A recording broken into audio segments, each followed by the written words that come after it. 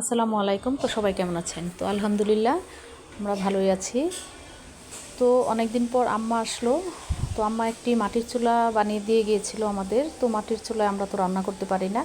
তো এর জন্য আম্মা আসলো, ভাবলাম যে মাটির চুলায় একটু রান্না করলে কেমন হয়। তো আম্মার হাতের তরকারি তো দারুণ মজা। তো এর জন্য আজকে আম্মাকে বললাম যে লাউ দিয়ে চিংড়ি মাছ মাটির চুলায় রান্না করেন। তো আম্মা মাটির চুলায় লাউ দিয়ে চিংড়ি মাছ রান্না করছে। তো পেঁয়াজ কাঁচামরিচ দিয়ে মশলাটাকে কষিয়ে নিচ্ছে দেখুন। তো মায়ের হাতের রান্না আসলে খাবারের টেস্টটাই আলাদা, আর মাটির চুলায় হলে তো কোনো কথাই নেই। তো মশলাটা দেখুন কষানো হচ্ছে। তো এখন লাউটাকে দিয়ে দিচ্ছে। তো লাউটাকে নেড়ে চেড়ে নেওয়া হচ্ছে।